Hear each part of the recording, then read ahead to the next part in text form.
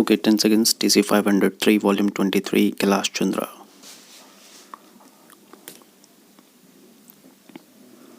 Start. Mr. Speaker, sir, I rise to support the demands for grants for the Ministry of Agriculture, Food, Rural Development, Civil Supplies and Public Distribution. I compliment our Honorable Minister Shri Balram Jhakar, who is keeping in view the dreams of our father of the nation, Mahatma Gandhi, who always felt and said that the progress of India lies in the progress of rural India. We have to fulfill the aspirations of the people of rural India.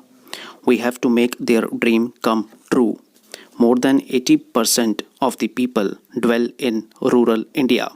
Therefore, a new democracy was introduced after the independence of India, and all our stalwarts who came and adorned this august house, whether they were in opposition or in position, they also felt that agriculture is one of the most important aspects of livelihood of the Indian people. I do not deny the contribution of the opposition leaders and the opposition stalwarts who adorned this house and contributed to the welfare of India, but I will be failing in my duty if I do not pay my compliments to Pandit Jawaharlal Nehru. If Mahatma Gandhi is the father of the nation, I will call Pandit Jawaharlal Nehru as the father of India's democracy. He had capable colleagues with him, and with the capable colleagues and stalwarts in the opposition, he built a modern, self reliant India, and he dreamed to make India beautiful and self respecting. Like a true Gandhian, he started his movement and he thought of rural India. He knew what the land of India needs. There used to be famine earlier, but he said what India needs is water.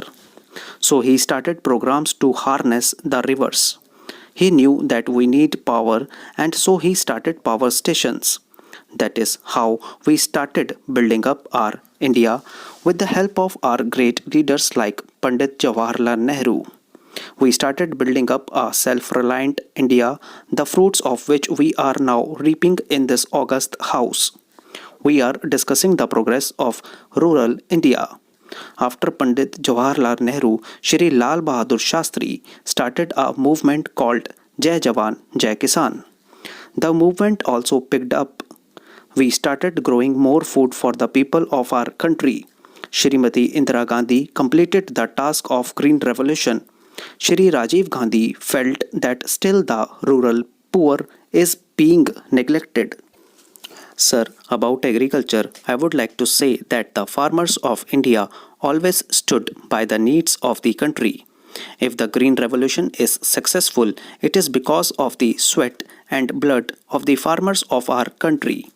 In the same way, I would like to say that so far as our fishermen are concerned, if the farmers grow food for us from the soil, the fishermen go deep into the sea and fight with the waves and strong currents of the sea and bring food for us from the sea. But unfortunately, we give incentives to them to produce more, and we do not give many incentives to them to earn more. The farmer needs good seeds, favorable weather, fertilizers, pesticides, water, electricity, tractors, diesel, bulls, labor, and his own hard labor and work. In the same way, a fisherman needs good boat, good nets, diesel, good weather, favorable sea, suitable places to anchor his boat. All these things cost money, labor, and a lot of risk to life.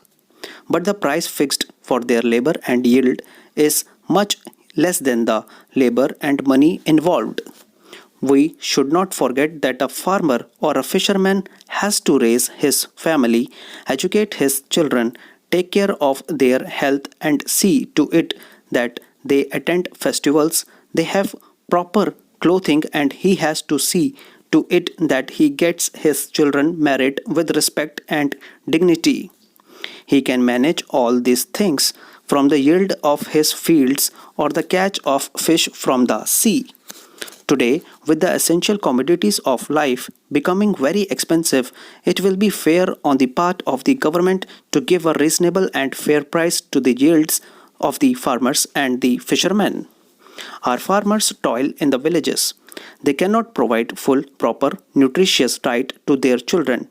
I am sure our Honorable Minister, being a farmer himself, will do the needful. I know that he has many programs and he will definitely take care of the smallest of the farmers. About civil supplies and public distribution system, I feel that everything looks very rosy on paper, but at the grassroots level, the enthusiasm fades away. What we need is a social and moral commitment from the members of the government, politicians or bureaucrats and the shopkeepers who have got license to distribute the various essential commodities of life. They all must have a commitment that any foodstuff that reaches the poorest of the poor, any foodstuff that reaches the villages will be pure, of good quality and wholesome.